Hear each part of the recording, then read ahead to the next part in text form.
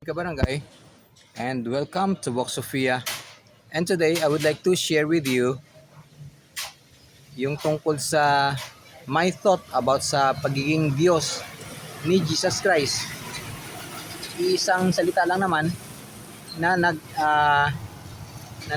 misunderstand, na misconstrued na si Jesus Christ ay Diyos. Ang sinabi niya na ako at ang Ama ay iisa. Hindi ibig sabihin na automatically Diyos siya, kasi siya ang diwa niya at ang diwa ng Diyos ay iisa, nagkaka-harmonize, in harmony.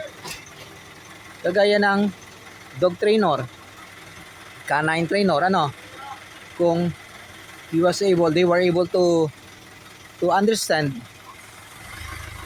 the intelligence of a dog, and the dog understand the instruction, sila ay nagkaisa na nga ng diwa. Pero hindi ibig sabihin na ang trainer ay aso rin. Kasi tungkol kay Jesus Christ, maraming mga instances na he denies na siya ay Diyos. May isang instance na tinanong siya nag-request ang mga apostol niya na umupo sa nakatabi sa kanyang hapag during judgment ng mga kaluluwa. Sinabi niya, hindi according to him ang mag-assign kung sino ang makakaupo sa katabi niya o katabi ng Diyos, kundi ang Diyos Ama lamang ang magbibigay, ang magkakaroon ng kaalaman tungkol doon. At the same time, there was also a story that he was asked kung anong mangyari in the future. Sinabi ni Jesus Christ, hindi siya ang makapagsalita kung anong mangyari sa future, kundi ang Diyos Ama lamang.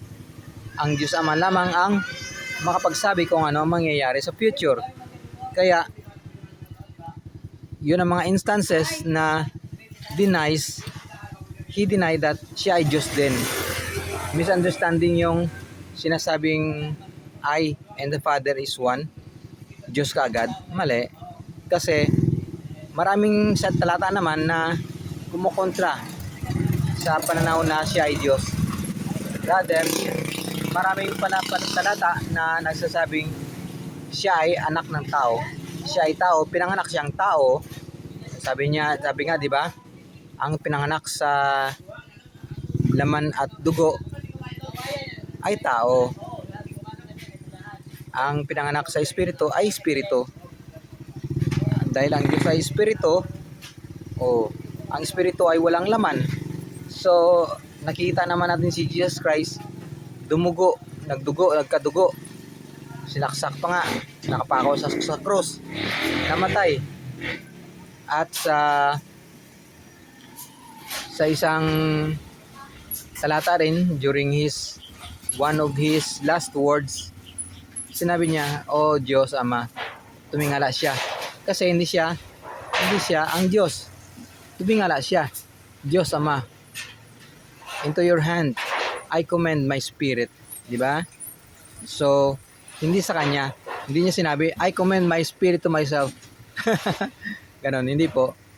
So, si Jesucristo ay tao. Yun lang po. Safe kapatid. Bye-bye. It's 4 minutes. Bye-bye.